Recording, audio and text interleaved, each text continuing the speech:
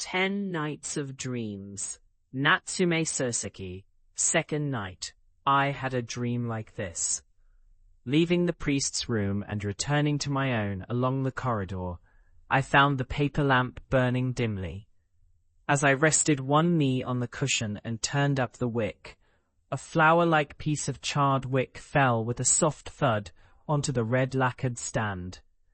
At the same time, the room suddenly became bright.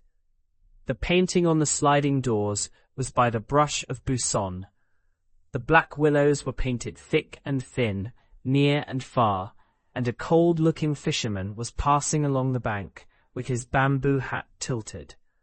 In the alcove hung a scroll of Monju of the Sea. The unburnt remnant of a stick of incense was still smelling in the dark corner. Because it was a vast temple, it was dead silent and completely deserted.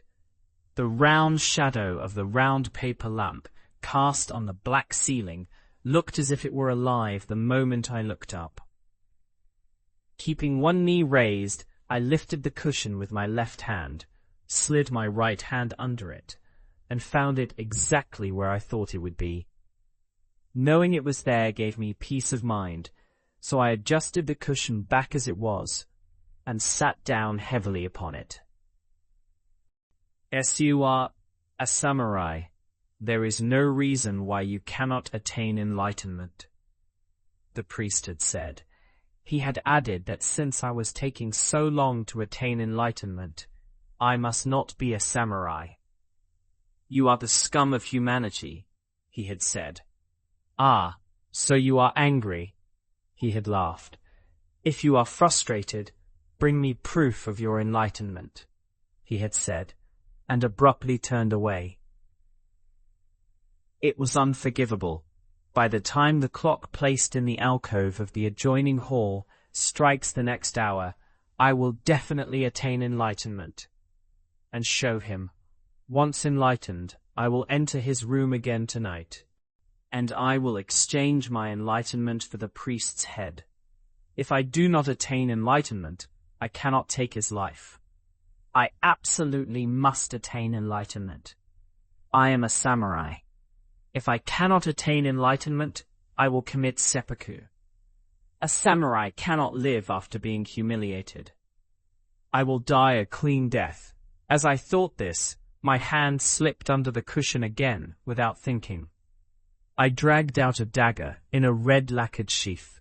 Gripping the hilt tightly, I cast off the red sheath, and the cold blade flashed all at once in the dark room.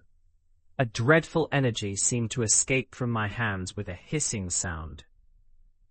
Then, gathering entirely at the tip of the blade, the murderous intent converged into a single point. Seeing this sharp blade unfortunately compressed to the size of a needle's head, and unavoidably coming to a point at the tip of the 9½ sun blade, I suddenly felt the urge to plunge it into something. The blood in my body flowed toward my right wrist, and the hilt I was gripping grew sticky. My lips trembled.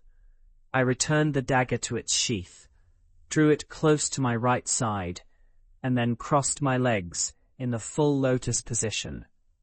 Joshu says, "Mu, nothingness." What is mu? Damn priest, I ground my teeth. Because I clenched my back teeth tightly, hot breath blew roughly from my nose. My temples were taut and aching. I opened my eyes twice as wide as usual. I could see the hanging scroll. I could see the paper lamp. I could see the tatami mats. I could vividly see the priest's bald, kettle-like head. I could even hear the voice that mocked me with its wide, crocodile-like mouth. What an insolent priest! I must take that kettle head at all costs. I will attain enlightenment. Mu, mu, I chanted at the root of my tongue. Even though I said mu, there was still the smell of incense. What is this? It's just incense.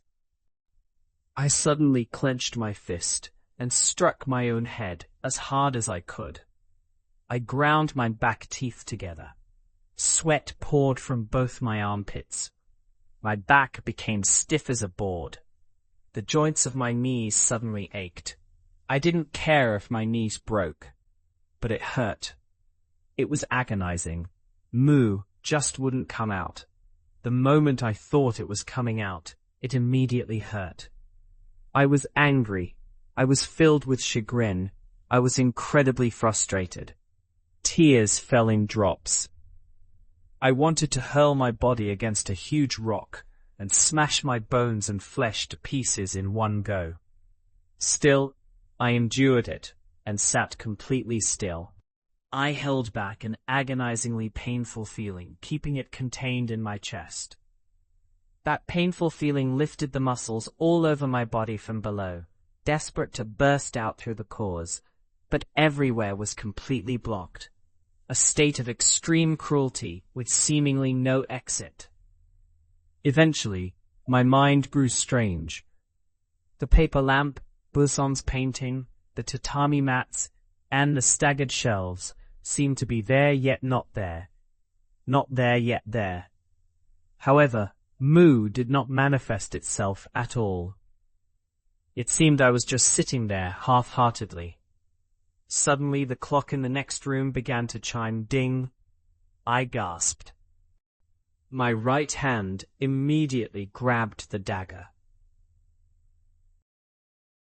The clock struck the second ding.